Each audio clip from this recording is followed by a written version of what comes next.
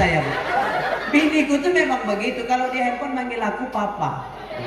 Lebih baik punya suami yang jelek tapi setia dunia akhirat.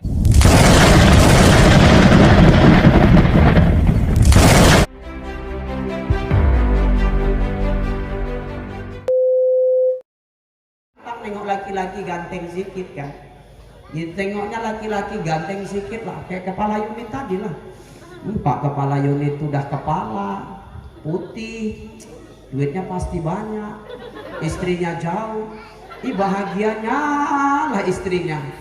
Suamiku udah hitam, maaf yang hitam Pak, saya pun hitam juga ya kan, udah hitam, jelek, susah, karyawan honor pula lagi tuh, nggak jadi karyawan. Sering saya sampaikan, Bu, lebih baik punya suami yang jelek tapi setia dunia akhirat daripada punya suami yang tampan tapi selingkuhannya di mana-mana. Kemarin saya ceramah di Pekanbaru, itu juga saya bilang, saya tengok mak-mak sambil duduk merengut aja mukanya, siap doa aku datangi. Ibu kenapa merengut aja? Itulah masalahnya Ustaz. Kenapa? Lakiku udah jelek, tukang selingkuh pula. Tahankanlah lengkap penderitaanku, maka itulah penyakit. Pak, sayangilah istri Pak. Aku sedih kadang nengok perempuan Pak. Kenapa? Yuk kita buka sejarah Pak. Perempuan itu pada dasarnya diciptakan dari tulang rusuk. Betul Bu? Tapi berapa banyak perempuan sekarang mampu jadi tulang punggung dalam keluarganya? Perempuan yang cari nafkah, suaminya kerja, tapi kadang-kadang jarang ngasih istri yang kerja. Pada dasarnya perempuan itu diciptakan dari tulang rusuk, betul Bu? Tapi berapa banyak perempuan sanggup jadi tulang punggung dalam keluarganya? Kalau karyawan kebun ini lumayan, suaminya kerja semua.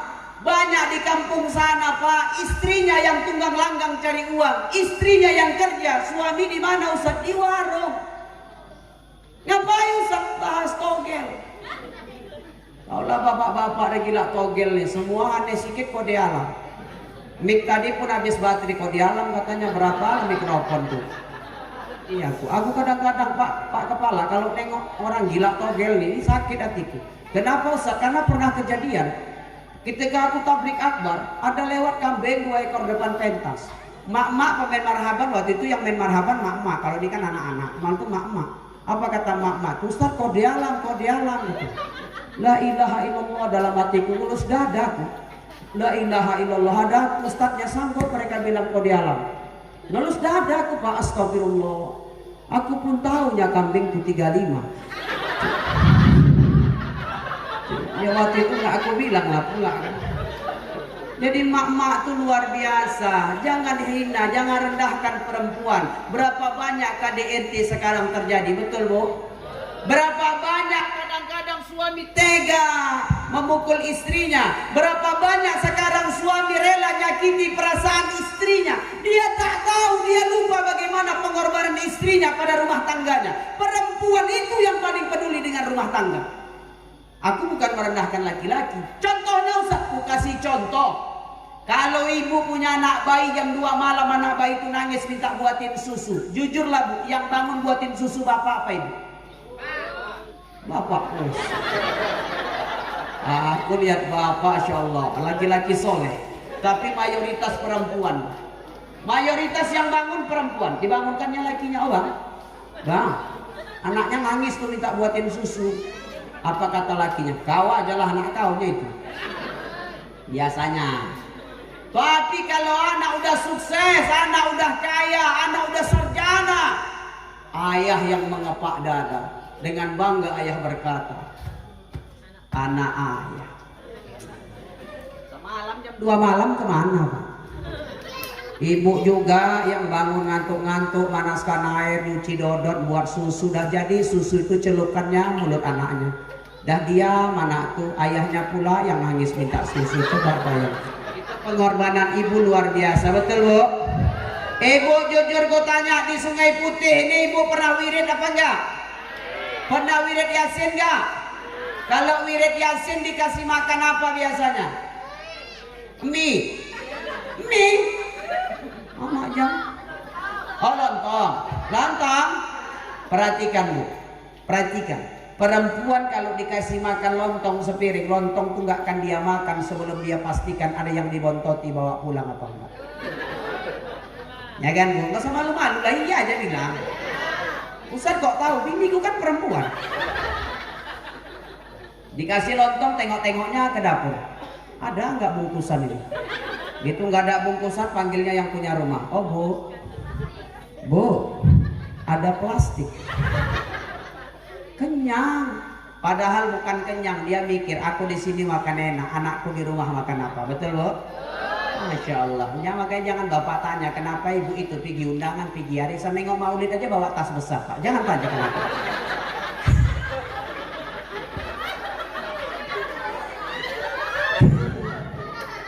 Bapak pikir untuk apa?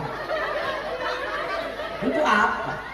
Untuk bawa isi dompet. Nggak yakin aku dompetnya banyak, bonusan aja belum kok. Jadi untuk apa Ustaz? Ngerondokin kue. Itu mama. Maka pengorbanan perempuan ini luar biasa. Iya, aku aja Pak, maaf ya, bukan sombong. Berumah tangga itu udah 13 tahun lebih. Anakku 3 yang paling besar yang ceramah tadi. Yang paling besar. Tadi aja pas mau jalan kemari, tengok handphoneku bunyi. Oh, istriku nelpon, ku angkat. Assalamualaikum Papa. Ada masalah? Ini biniku. Ya dia mau manggil apa suka hati dia kan? Astagfirullahaladzim. Tengoklah, jadi emosi saya. Biniku tuh memang begitu. Kalau di handphone manggil aku Papa. Kalau depan jamaahku manggil aku Abi. Kalau di kamar manggil aku AA.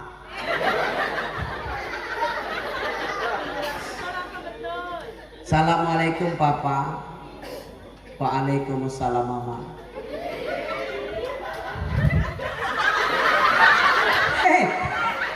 Pecahan botol. Kan tengoklah. Assalamualaikum Papa. Waalaikumsalam Mama. Papa udah sampai di Sungai Putih tempat ngisi maulid malam nih. Udah mah. Udah makan pun tadi mah. Enak Pak. Tambah lagi disuruh yang punya rumah Pak. Tadi Bapak ngambil sate 3 tusuk. Gitu habis kata Bapak tuh tambah lagi. Apa-apa ambillah 6 tusuk lagi. Insya Allah. Enak Pak, enak. Oh ya udah nggak apa-apa. Kenapa mah nggak apa-apa? Kenapa mah? Enggak, nanti kalau pas Papa ceramah kirim salam sama seluruh jamaah yang hadir. Kalau nanti masih ada satenya bungkuskan nggak apa-apa. Istri saya Pak, bukan saya. Istri. Bukan saya, istri. Tapi kan sebagai suami yang baik kan kita nyampaikan ya kan Pak. Yang masalah dikasih atau enggak itu urusan belakang. Ya kalau dikasih terima kasih alhamdulillah, ya kalau enggak kelewatan.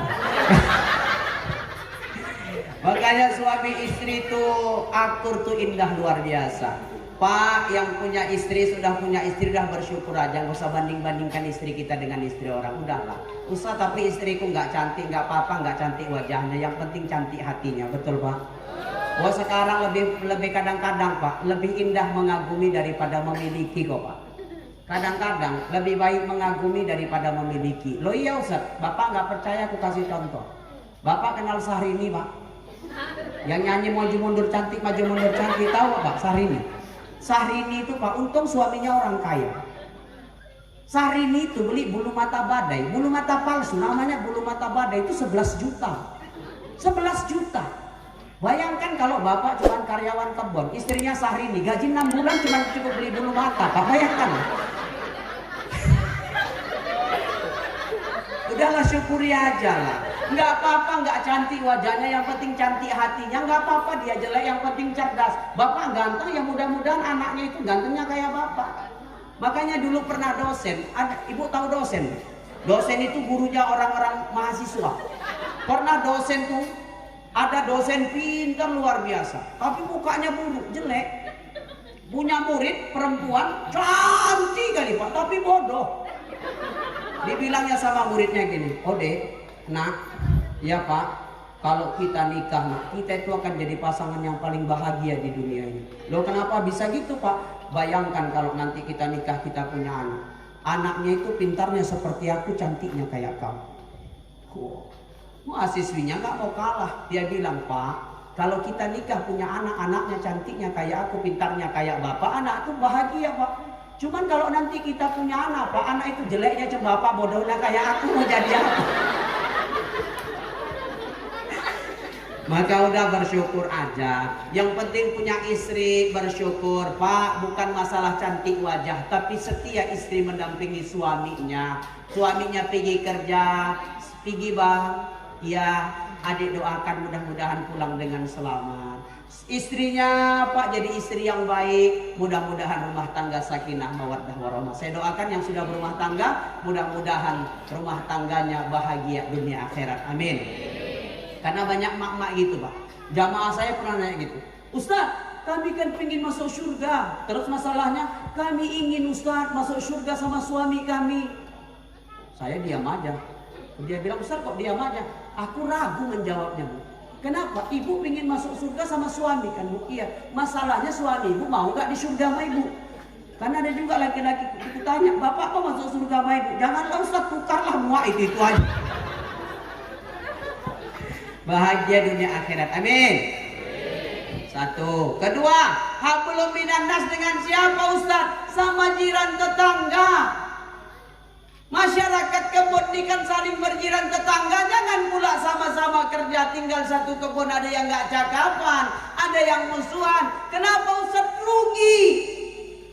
Pak, Bapak boleh bangga punya saudara menteri di Jakarta, kenal sama presiden boleh bangga, tapi jujur yang paling dekat saudara kita siapa? Tetangga.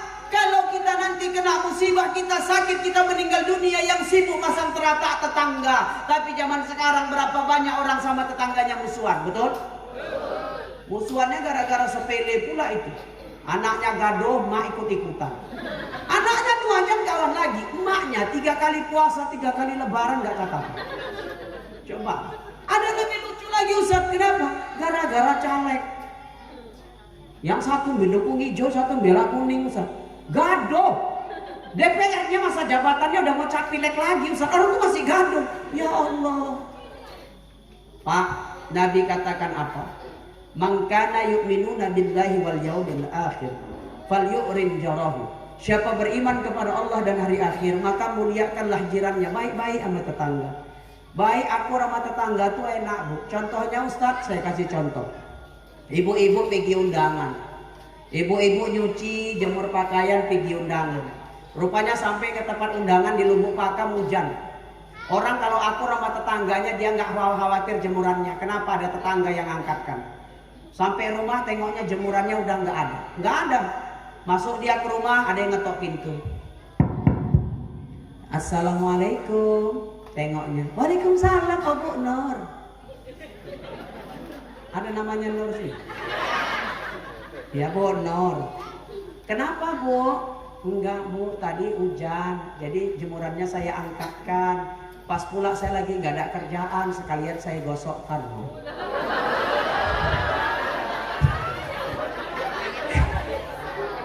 Ibu nggak yakin, buat yakin tetangga itu, makanya akur. Kalau akur apa yang nggak mungkin Pak? Kalau akur apa yang nggak bisa terjadi? Kalau kita bersama-sama baik sama tetangga, Islam mengajarkan apa Pak? Kalau orang berbuat baik sama kita, kita balas dengan kebaikan, itu biasa. Tapi kalau ada orang melakukan keburukan dengan kita, tetap kita balas dengan kebaikan. Itulah akhlak dalam Islam. Tetangga ibu nggak pernah ngasih Bu, kalau dia masak sayur, ibu yang ngasih. Makanya kata Nabi kepada Abu Zar, ya Abu Zar, kalau kau masak makanan yang berkuah, fa'aksar ma'aha, banyakkan kuahnya, biar kau bisa berbagi sama tetangga. Wah, masak sop, harusnya airnya segayung, tambah segayung lagi. Nah, ibu ketawa, ini kan sop.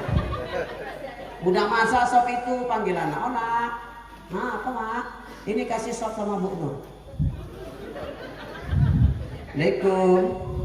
Salam. Apa nak? Bu, ini ada sop dari mama. Tengoknya, kok cuma naik. Kentangnya mana? Ayamnya mana? Baik-baiklah sama tetangga. Kadang-kadang kita baik ini kan ada maksudnya Pak. Kalau nggak ada maksudnya, kadang-kadang kita nggak mau baik. Cobalah berbuat baik itu kepada siapapun. Maaf ya Pak, guru saya itu pernah bilang, kadang-kadang kita perlu membeli sesuatu yang kita nggak butuhkan demi menyenangkan hati orang yang menjualnya Pak. Kalau senang hati orang yang menjualnya itu, senang dia sama kita, didoakannya kita nggak tahu dari mulut siapa doa itu dikabulkan Allah. Maka senangkan hati semua orang, walaupun nggak mungkin semua orang suka dengan kita, betul Pak? Nggak mungkin semua orang suka dengan kita, masa cerita lah. Kadang-kadang manis di mulut, belum tentu sama di hati. Baik di depan kita, busuk di belakang kita ada, tapi orang sana. Karena orang sini orang sana ada, di depan kita ramah kali, senyum. Di belakang kita jijik kali aku nengok ibu. Nah, kalau orang dah tak suka dengan kita, apa kita buat salah, betul Bu? Tak pakai jilbab kita salah, pakai jilbab apalagi? Ke masjid aja kita salah. Besok ke masjid, nanti goyang masjid tuh. Tapi nggak ke masjid dia, tengoklah. Percuma rumahnya dekat masjid, tapi nggak datang juga. Makanya kalau ada yang bilang gitu, Bapak nggak usah peduli. Kenapa? Datang aja Bapak ke masjid. Datang aja. Kenapa gitu? Ramaikan masjid nih, sayang masjid nih. Cantik gak ada jamaahnya. Masa kita masih muda inilah rajin ke masjid. Itu indah. Kenapa Ustaz? Ibadah sempurna kalau kita masih dalam keadaan muda sholat. Gak percaya Bapak bayangkan aja lah. Kalau Bapak usia masih di bawah 40 tahun mau sujud enak Pak. Yang luar jatuh lutut. Kenapa lutut Ustaz? Tongkai kaki masih kuat. Masih bisa menopang seluruh berat badan. Lutut, tangan, kening. Coba Bapak nggak percaya, tengok yang umurnya di atas 70 yang masih hidup Pak. Sujud apanya yang duluan jatuh? Apanya yang duluan jatuh? Tangan. Masih muda Bapak umur 25, terserah imam itu mau baca surah apa. Jangankan An-Naba, Al-Baqarah kalau dia hafal kau baca lah situ, sanggup berdiri. Coba tengok kalau umur dah 70 di belakang imam. Imam baca wadduha aja pun dia udah nengokin imam, kurang ajar imam panjangnya lah. Megang-megang lutut, megang-megang pinggang, ada gitu Pak. Orang masih muda nggak pernah sholat, gitu udah tua, udah pensiun 7 tahun baru sibuk sholat. Tobatnya bulan Ramadan, sholat pertama tarawih, dapat yang 23 rakaat. Lo di kampung kami Pak di Serdang Bedage, kalau 23 rakaat itu bacaannya cepat-cepat Pak. Al-Fatihah satu napas, surah satu napas, gerakan cepat. Allahu Akbar. Bismillahirrahmanirrahim. Alhamdulillahirabbil alamin. Arrahmanir rahim. Maliki yaumiddin. Iyyaka na'budu wa iyyaka nasta'in. Shiratal mustaqim. Shiratal ladzina an'amta 'alaihim ghairil maghdubi 'alaihim waladdallin. Bismillahirrahmanirrahim. Qul huwallahu ahad. Allahus samad. Lam yalid wa lam yulad wa lam yakul lahu kufuwan ahad. Allahu akbar. Sami'allahu. Allahu akbar. Allahu akbar. Allahu. Assalamualaikum. Assalamualaikum. Belum sampai 20, masih 12, udah pulang. Kawannya nanya, mana pulang aku? Kenapa? Rematik, lama kali. Habisnya imam tuh cepatnya jam dikejar setan. Nggak mau aku lagi sholat situ. Biarlah aku sholatnya di sana, cari yang 11, carinya yang 11. Maksudnya itu supaya dia tahan, karena dia 12 tahan, carinya yang 11. Dapat yang 11. Tempat kami kalau 11 tuh panjang, lambat, slow bacanya Pak. Pas pula nasibnya Astia, dia sholat situ yang baca memang qori, habis Quran pula. Karena masih muda. Kadang-kadang ada anak muda ini kalau jadi imam mentiko. Kok gitu Ustaz? Angkat takbir aja nadanya kayak nada azan. Angkat takbir. Luruskan shaf, rapatkan, yang punya handphone dimatikan.